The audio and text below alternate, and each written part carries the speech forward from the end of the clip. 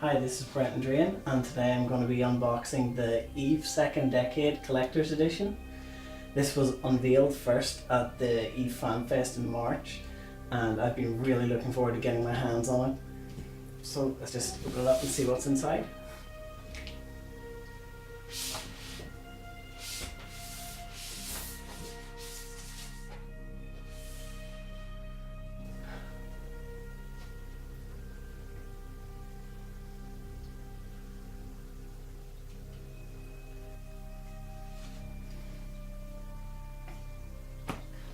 So the first thing to notice is that it is actually quite a hefty box, and the artwork on the front cover is amazing. It looks actually like some of the nebulas from Eve.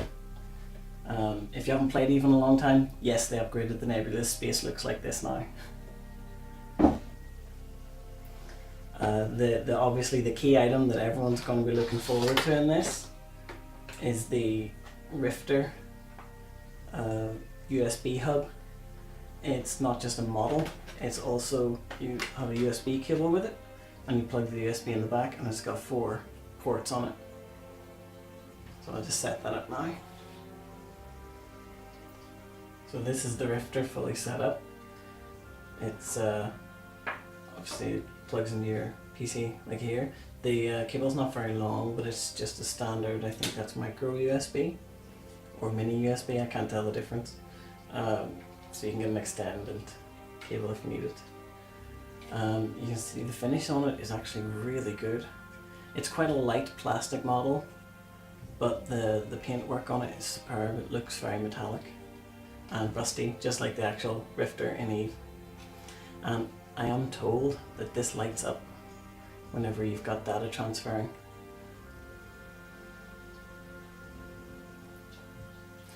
Next out of the box is the actual collector's edition of the game.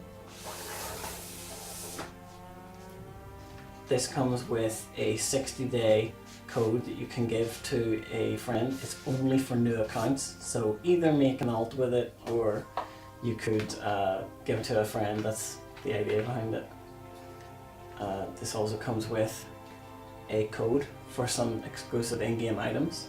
You get an implant that you don't lose whenever you die, and it gives you a golden pod rather than a normal pod, and right now those are selling for about 2.8 billion in game, which is enough to buy about 5 or 6 plex, keep your account going for 5 or 6 months. There's a couple of other items in there, but it's effectively like getting 6 months of game time, which is quite a lot of the cost of the actual collector's edition itself. There's also a Dust 514 item code that unlocks some free AMR items, I believe, a whole laser rifle and drop suit set. And then the third code is the CCP mystery code.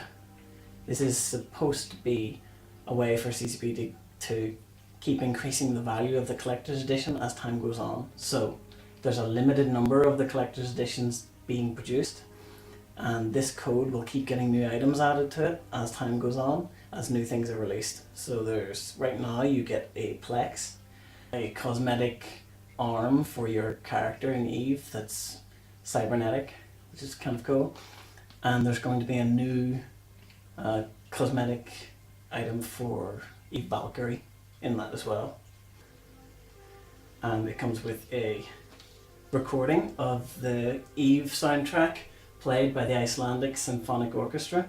That was recorded live at the Eve Fan Fest, and it was amazing to actually hear it being played.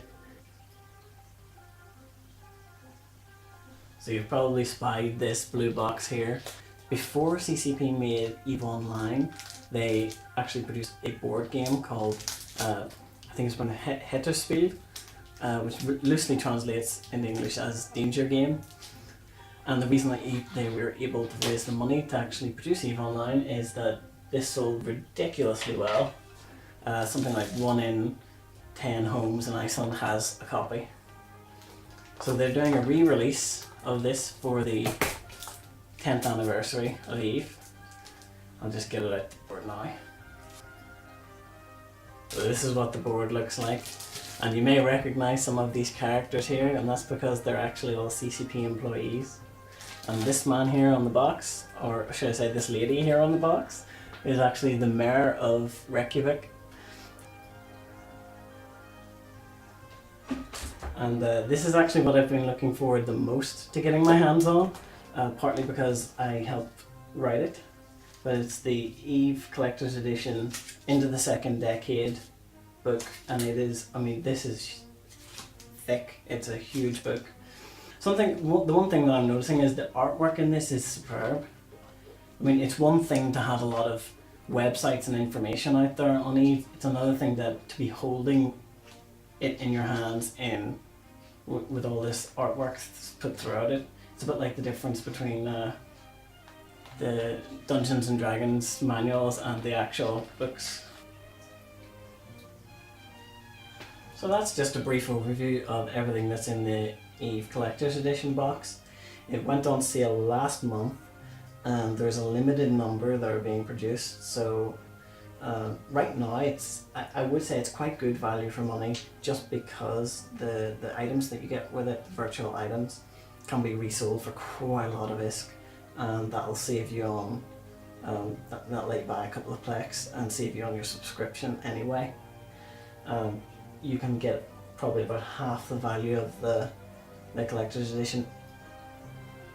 I would recommend this definitely to anyone who's a massive fan of Eve, but apart from that, there's not really much reason to get it, and it is quite an expensive collector's edition. I'm not sure I'll get much play out of the Danger game.